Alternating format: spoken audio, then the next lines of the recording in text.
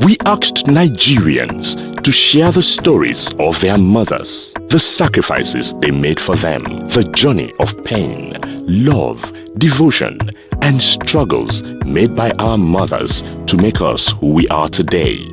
They shared their stories with us. Thousands of entries, hundreds of interviews, and documentary across the country. 20 unique stories have been selected for us to learn from, appreciate, and celebrate. The sacrifices and devotion are real. Real people, real stories, real experiences. The emotional true life experiences being shared, narrated, and dramatized are simply captivating. Sit back, relax, and enjoy the most touching stories of our mothers. The SuperMom reality TV show starts now. Hi, my name is Ajibade Emmanuel, aka Soji Bankole on Tinto, and I'm an actor and model. My mom is the sweetest thing in my life. She has made a lot of things come through for me, and even in the darkest hours, I turn to her and she still listens. You know, any child who forgets his mom's love, devotion, and sacrifices is not worthy of her unadulterated love. Let me tell you something sacrificial my mom did for me. I grew up in Benue State. I went to Makurdi International School, Martin Gabriel Secondary School, and on getting to university, I didn't want to school in Benue again, so I applied for JOS, and while I was waiting for JAMB that time, you know JAMB and the Awalas at that time, they told me to just keep my brain active and go to Benue State University. And out of about 2,500 students, I was the only non-indigent. So meaning that if the cutoff point was 50 for each subject, mine was like 60 because the expectations are higher from my own side. Yeah, so there was this course I was supposed to pass, and funny enough, it happened to be one of these courses in school where all you needed to do was to get a handout, you know. And funny enough, my dad was not around and he already gave me money for everything as at that time. And that point in time in school was what we used to call injury time. My mom was broke and the papers were like, that particular course was, I can remember the exam was 2 days after. And I went home, I went to my mom, I explained everything, I confessed. I told her, okay, mommy, see, this is what happened. And funny enough, in school, I always used to do this thing called demand pull inflation. Maybe if you're supposed to get something for 1,500, you put 2,500. So you can put 1,000 for social vices. So I went home, I confessed, I explained everything to my mom, and she understood, funny enough, you know, and she saw how serious it was and how urgent I needed it.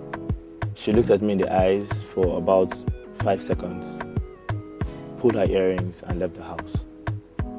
From the moment I heard the sound of the gate closing, I got teary-eyed because I knew she went to sell those earrings to make me buy those handouts.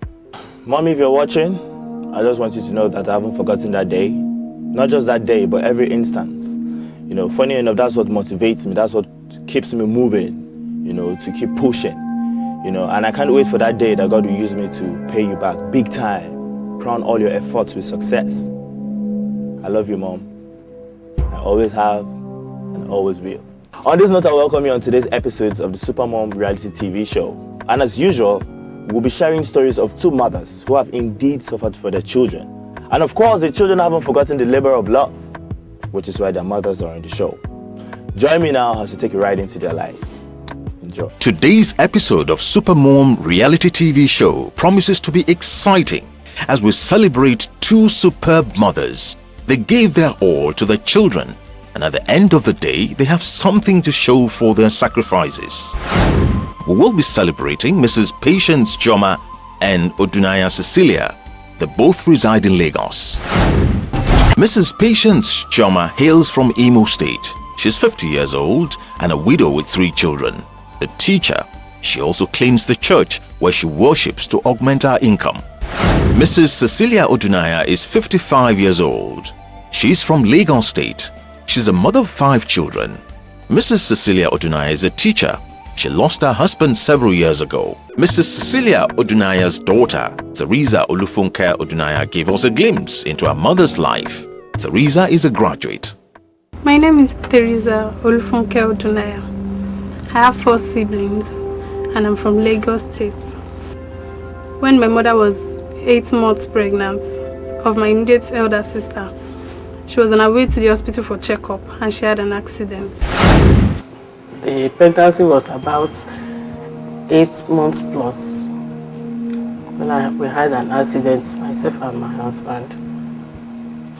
We were rushed. I was rushed. My husband did not incur any injury. It's only me. I have a femur fracture.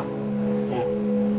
So I was rushed to a nearby hospital because I'm pregnant then. We didn't know that we should just go straight to orthopedic hospital. So when we were there, it was that hospital that I had the baby. I was now taken to general hospital. I should check whether the leg is okay. It was there when they checked it, they saw that it's not okay. That instead of the bone to do like this, it was like this. So this leg became short, very short. That then I couldn't walk. So, but on seeing it, you see that it's like this. Then I said they are going to do operation. Since she could not walk, Mrs. Cecilia stayed in the hospital for 2 months till she delivered her baby. The baby was taken away from her and she was rushed to Igbobi Hospital, where she spent another 6 months before her leg was fixed. I carried out operation and it took me to Igbobi Orthopedic Hospital. That when I was going, my sister-in-law, my mother-in-law moved to my sister-in-law's place at Shagam.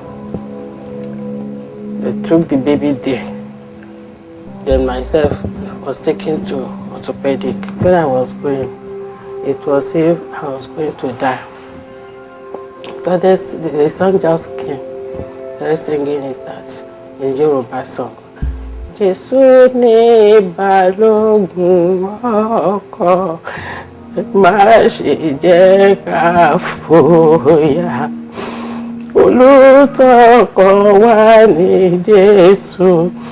Ọkọ mi gúnlẹ̀, kí má ṣe bẹ̀rù ikú fún ayọ̀ nítorí Jésù lọ́gá ọkọ̀.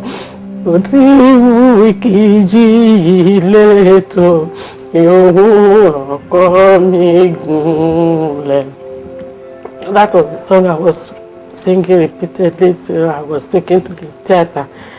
To the emergency ward, where I was there for like 3 days before I was taken to the ward. And I said, in the history they said she has a baby, newly born. Where is the baby? There the baby is. That is why it's just like if you see a dog that has a children and you take the children, that pain that the dog will go through, that is what this woman is going through.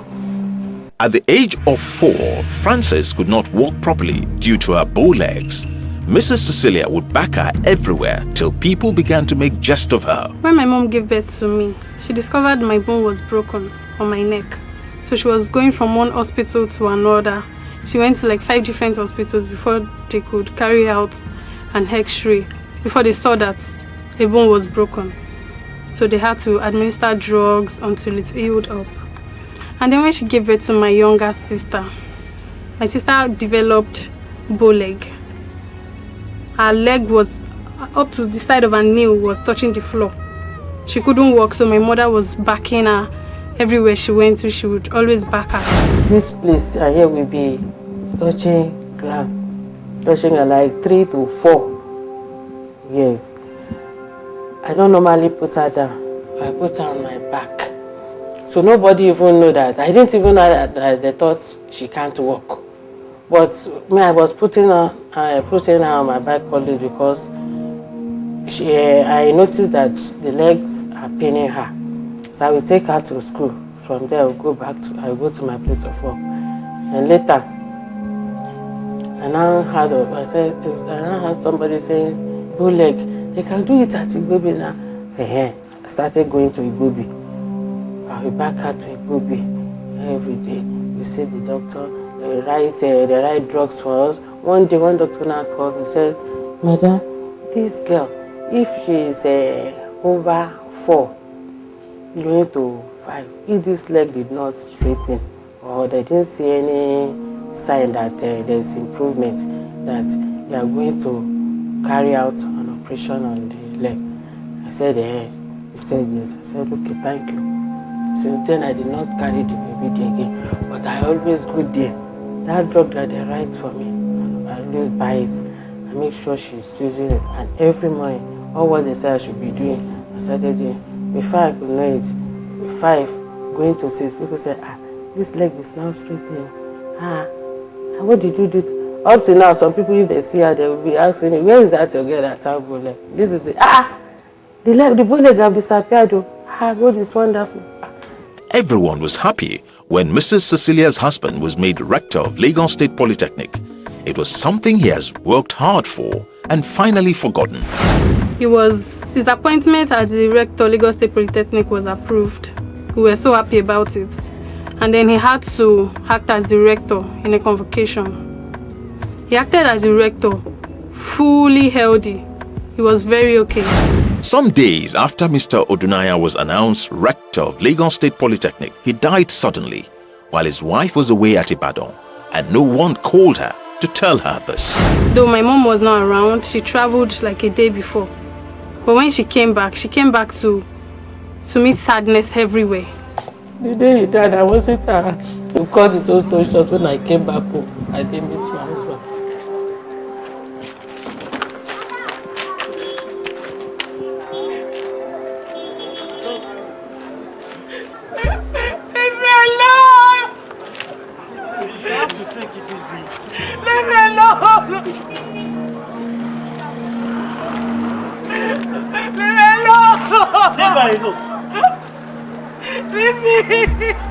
The way they broke the news to me, I went down. We went down, but immediately all the doctors they are around. They said, I want to inject me. I said, no. Because I started hearing my husband's voice that I should get up. And I should get up and get up and sit down, and I got up. His leg there wasn't around though, but I'm hearing his voice. That you should get up now, get up. Don't let them touch you, get up. And I got up, I started. All my children came and I said to them, they have killed my mother-in-law. They have killed you, they have killed my mother-in-law. That this people don't see us when we are suffering. It was now that it was as if I saw a palatable soup that I want to eat. Whenever I put my hand like this, wanted to put it in my hand, somebody just hits the food away. My backbone was broken. It was the thing I normally rest on. So I couldn't do anything. I was just weeping. Everybody started begging me. Since then, only God says me that I don't have mental trouble. I pick paper on the floor and say, hey, Jesus help me. Jesus help me. I pick it. I say, Jesus help me. Jesus help me. Jesus help me. I started, Lord help me. Lord help me. Lord help me. Because I knew something was to happen to me. She almost went mad. She was already picking papers in the compound. Different Reverend fathers came out, a lot of people in the compound. She was crying seriously. She couldn't go into the house. And then, since then, she made a decision that she would do everything in her power to make sure that we get the best of education.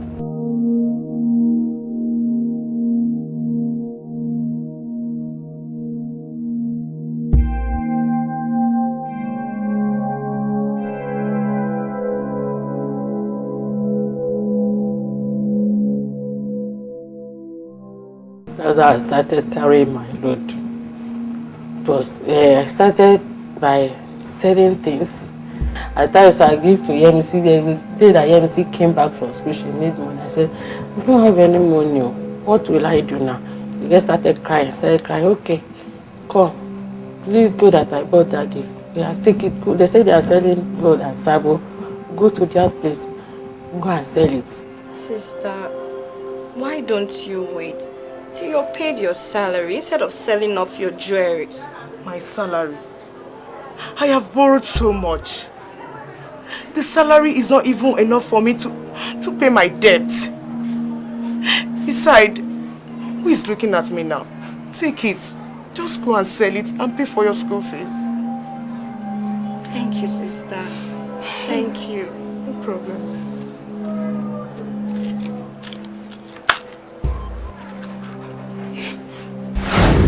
She now took it, she sold the gold for 30-something thousand. I told the money, is it enough? She said yes. She took it and went back to school. That night, Mrs. Cecilia did not sleep. She stayed all night till Yemisi was able to fall asleep in the early hours of the morning. So when Yemisi was sick, the sickness started on the 25th. That was exactly Christmas Day. People were here rejoicing with us. She just said, I noticed on the 24th she didn't do her hair. So she said she wanted to go and make her hair on the 25th. She has already called the hairdresser and she said she should come down there. When she went now, she said she was there. She just ran. But serious, and ran in. People didn't cry.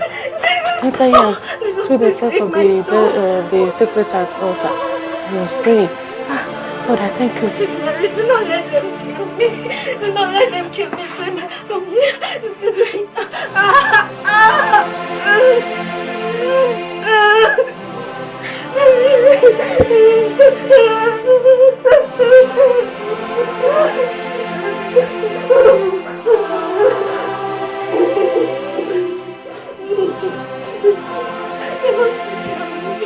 They want to kill me. They want to kill me. They are pursuing me. Nobody's pursuing me. They want to kill me. Let me see. Look at me. Nobody can harm you. No, the people who killed Daddy, they want me dead. They want me dead. Let me see. Nobody killed your dad. And no one is going to harm you. Nobody can kill you. I prayed and left. Later I see that she couldn't sleep. Lord, what's the meaning of this? We wanted to sleep. I did not sleep till daybreak. I said, Lord, what will I do? Where will I call? Nobody. And I called one of my friend. My friend said, bring her now to our church. That was attend CAC. That she's going to the church now to wait for me. And I didn't know what I was doing. I just carried her in my car, took her to the CAC. Then I said, let me call my sister. Nobody knows what is happening to me now. I'm on my family. Let me call my sister. I don't call my sister. That's what is at Ibadan. Then she was referred to General Hospital.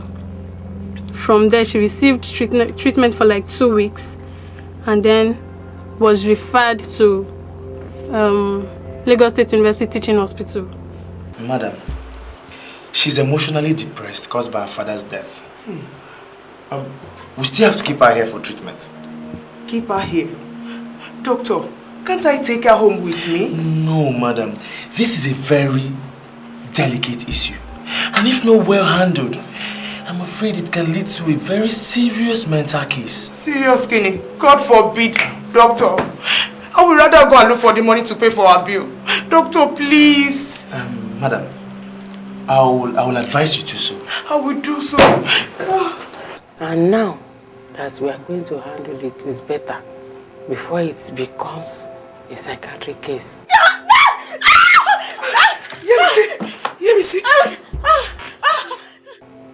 That is very good now. That's now. Let them admit my daughter. That if they have said, you are going to admit her. I started crying, how much are you going to take? I said, if I get there, I will know that it's not much. They will admit her like the least they can admit her is like 3 to 4 weeks.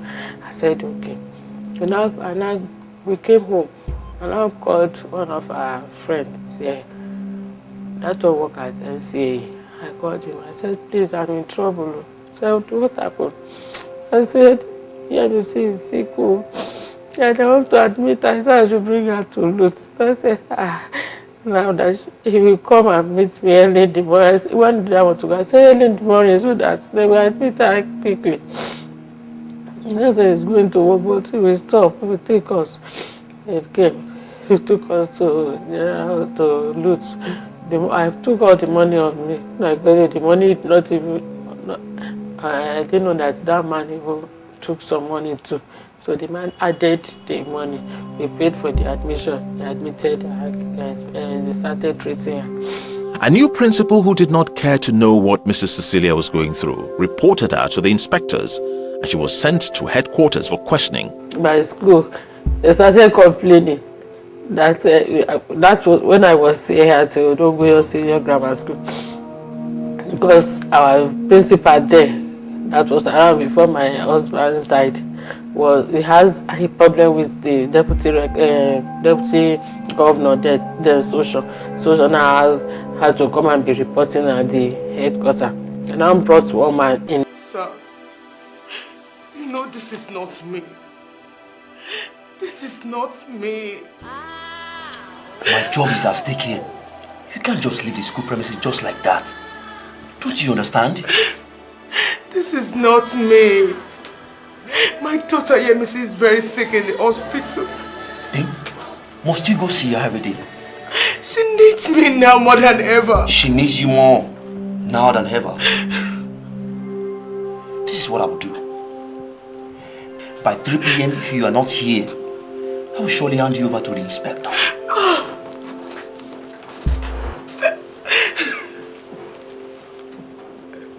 I'm all she's got. Her father's death is the more reason why she's sick. Don't take her away from me too. She needs me to be there for her. Please. Please, sir. Mrs. Oduaya, sit down. I said sit down. I'm also a widower, and I understand all your predicament. But my job is at stake here too. You need to understand that. I understand. I don't know what to do anymore. I just don't know. Let me do my best. This man went to the extent of telling them dead, and I came. They started warning me. It was time that this inspectors came. I said I should be reporting at their headquarters. I said if I didn't go, when they told me I should be reporting, I said okay. And I came, I said I will not go. Let them drive me away from this job now. I will take care of my children. I'll be looking for what to say. I'll take care of my children. One night, as Mrs. Cecilia was returning from the hospital, she couldn't get a vehicle to take her to the house. She walked some miles till she was fortunate to get a bike not so far from her house. There was a day I was coming. There's a heavy rain that fell here in Ikorodu. When I got to garage, there was no bus. How will I get to first gate now? I started trekking. I was trekking down. When I got to, and my children here, all of them are calling me, Mommy, where are you? Mommy, where are you? Just even said, let me come and meet you with the car. I said, don't come, all this place, you can't see road, no road at all. I'm trekking down. Where are you? I'm trekking, I'm about to get to Jubilee Estate. She said, well, just stay, we people should just stay where you are. I will come. I just saw one Okada. I said, Okada man. First gate, 200 naira. That was, as he had what we carry me for 15 naira. As he had 200, now turned back, now carried me. On the way, she saw some men in masks who were local vigilante group. It was her late husband's name that saved her from their wrath that night. On getting to first gate, we saw men that are masked. I didn't know that they are these security men. That they've asked the Okada people not to be entering this place in the night, anything after 9. I didn't know. And then now they stopped us. He said, please, I'm the one that he was going on his own. I was trekking, I couldn't trek again. That's why I called him. Please. He said, where are you going? I said, the red posters. Okay, sorry, go. Immediately we stop at the front of his. Other people ran down. Where are you? Please, I'm the one that. Okay, Mommy, okay. I didn't know that they all masked. We couldn't beg, but later we started to beg him.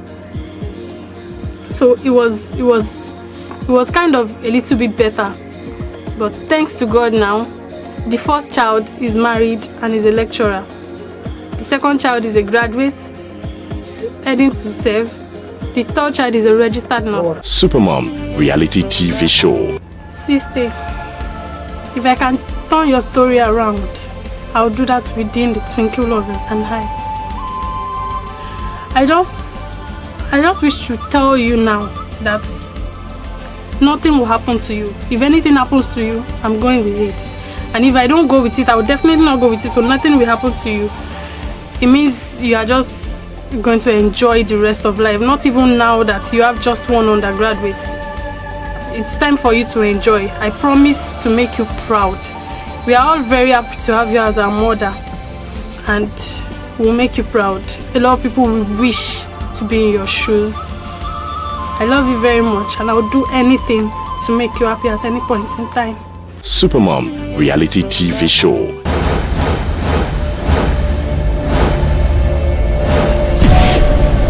The SuperMom Season 2, a celebration of our mothers. Mrs. Patience Choma's story. Her daughter, Choma Oluchi Loretta, shared her story with us. Oluchi is 24 years old, a graduate awaiting the mandatory NYSC program. My name is Choma Oluchi Loretta from Imo State. I have 2 siblings, and my mom's name is Mrs. Patience Choma. I want to narrate the story of how my mom has become a super mom and all the sacrifices she has done for me to become somebody today. When her husband could not find a job, Mrs. Choma gathered some money and invested it in nuts, which she sells to pay her children's school fees and put food on the table. There was a day when my mom was outside because she sells nuts outside my house. My dad rushed in, pronouncing that he was sacked from work. How was work? What is it? How was work to the world? What is it? What is it? Tell me. I've just been sacked. What? Oh no. Hey, not now. Not now. Oh, this one. That moment, there is nothing. I just went to a corner. My husband and my children were asleep.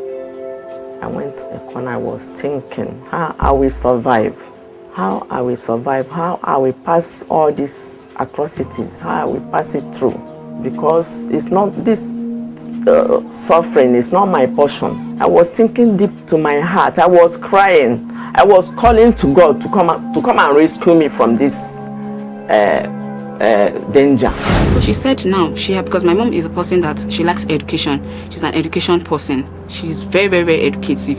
So she decided to go and look for a job somewhere around our vicinity, our locality, a job. So she was given an appointment to start because she's a teacher. That was what she read. So she decided to look for an extra classes to be doing so that she can meet up to ends meet since my dad had no job then. So my dad continued looking for a job, but all to no avail. So then I was already through my primary school, about to enter the secondary school. Then my mom told me that she had little money, but she was going to go borrow money just for me to go to a good school. So she lent money from some people, actually sold her things, her jewelry, some things my dad bought for her when things were still going on smoothly. So that was what she did for me. During the period, my husband was sick. He was sick for 6 months. So when he died, all the money we had, we have already exhausted it. Mrs. Choma's husband fell ill. Despite the burden of taking care of the family's needs, she took her husband to several hospitals for treatment, not giving up on him. Mrs. Choma eventually lost her husband to the cold hands of death. That day, she became a father and mother to her 3 children automatically. My husband died in 2006, January 9. Then that very year, I lost my dad. It was a painful experience because my mom went through hell. I had no kobo. So I was going about begging money, going from room to room. Even in the church, when they see me, they will be laughing. Say, this woman had come again. She's coming to beg. I had no money. Mrs. Choma could no longer meet up with paying her children's school fees with a meager teacher's salary. So she resorted to picking sachet water nylon on the street for a company after school hours. Sometimes, people mistake her for a mad woman. She went because she had a holder, she had a degree, so she just decided to go and start teaching so that she can be able to meet up, because I was about entering the primary school then. So she got a job. After the job, she started doing extra moral classes. After school hours, she would go for the extra moral classes. So that was also actually bringing income for her. Thank you, ma. How is he doing? He's picking up gradually. Until I finished doing it. This sum is wrong. Don't worry, we'll make the corrections tomorrow. Madam, do it with him now. Madam, I have another student to tutor now. This evening? That's what the money had you. Ma, I even have one by 8, I have another one by 10, and after that I still have to go home to even take care of my children. Please, just come early tomorrow, please. No problem. I will go to house to do lesson to make sure that I pay her school fees. I was doing washing, going house to wash, sweeping the church to make sure that I meet at my meet. My husband had nothing doing that time. Before he died, I'm the breadwinner and the one going around catering for the family. Nobody was helping me. I'm the only one going about, doing odd jobs, picking pure water nylon on the street to supply to Tom Pure Water at Ogba here.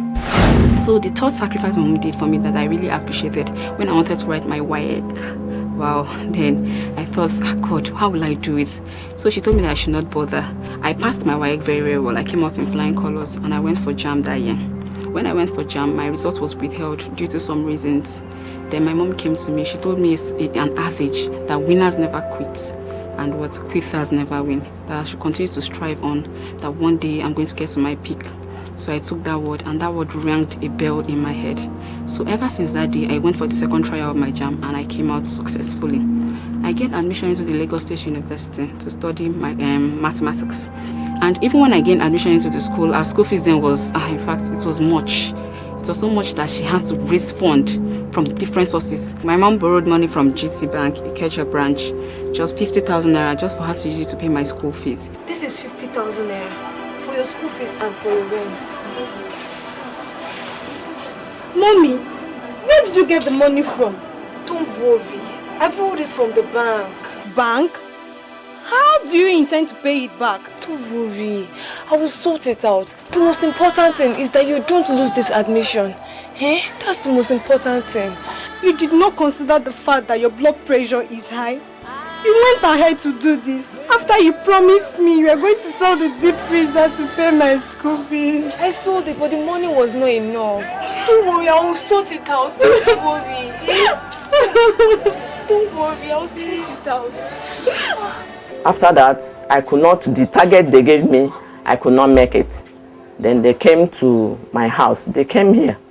You've been promising to pay this money up for a long time. My son, I will pay. Nobody's your son. This is business.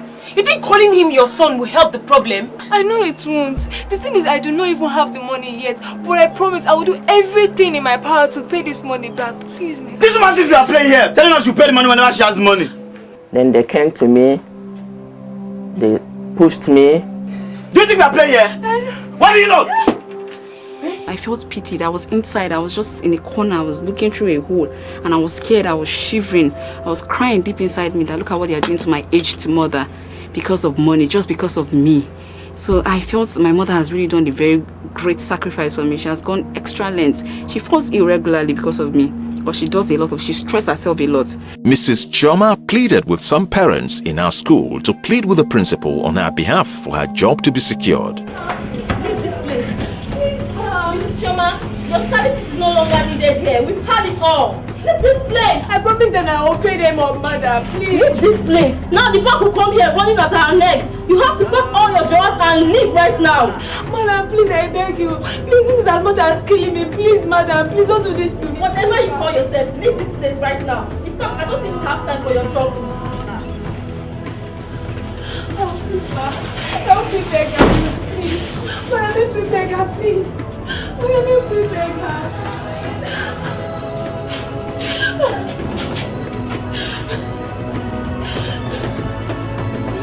Oh, Mother, help me beg her. Let me beg her, please. Please, Mother, let me do this to me. Mother, please let me beg her. Oh, Mother. Oh, Mother. Mother, let me beg her. Please come help me beg her, Mother. Please come help me beg her. Oh, Mother.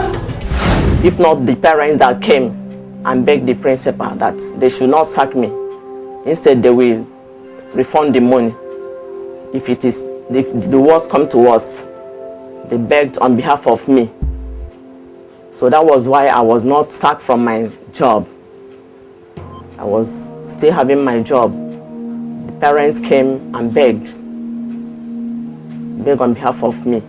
At the end, the principal accepted based on the fact that Mrs. Choma is a terrific teacher, with a condition that 10,000 naira would be deducted from her salary each month as payment to the bank. With the little money they are paying me, they are removing 10,000, and I could not cope up. That led to my BP. I was having BP even till now.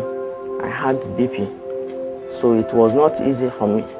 For those 5 months, Mrs. Choma went home with 5,000 naira. The only way she survived those months was by intensifying the menial jobs she engaged in. There was a time we are here, we don't even have food to eat for 1 week. In the morning like this, we will just, 4 of us will lie down. No food, no hope. We don't know where to start. There's no food in the house, no money, no help. My friend, even if it's 3,000 naira, please borrow me now, eh? I need to pay my son's school fees, and I don't even have anything in the house to give my children, no food in the house to eat. Chichi, I do not have any money in this house. Hey. Money is scarce, oh my friend. Even the economy is bad everywhere. God, did you not say you are the husband to the widow? How can I go through this alone now? How? See, listen, it's just for a while. I do not have money in this house, but I have Gary. Even if it is salt that you have, I will take it. I said we don't have anything in the house to eat, nothing. Eh, please. Don't worry. Wait, I'm coming. Thank you.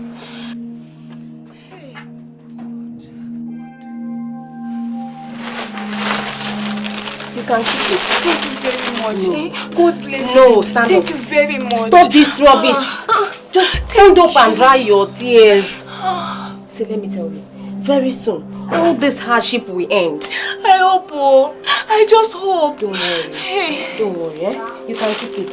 The SuperMom reality TV show. So I had to dedicate that to her because of her tireless effort in making me a productive graduate, a very remarkable graduate, in fact, I think being a graduate today has been because of my mom. I think God used her just for me to become a graduate today. SuperMom reality TV show. The truth is, no matter how wonderful these stories are, only one mother will make it to the next stage of the SuperMom reality TV show.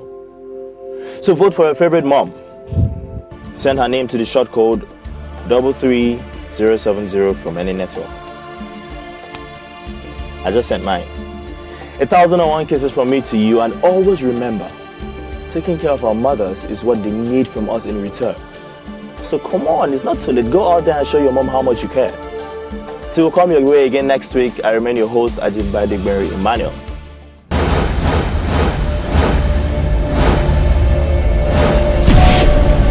The SuperMom Season 2, a celebration of our mothers.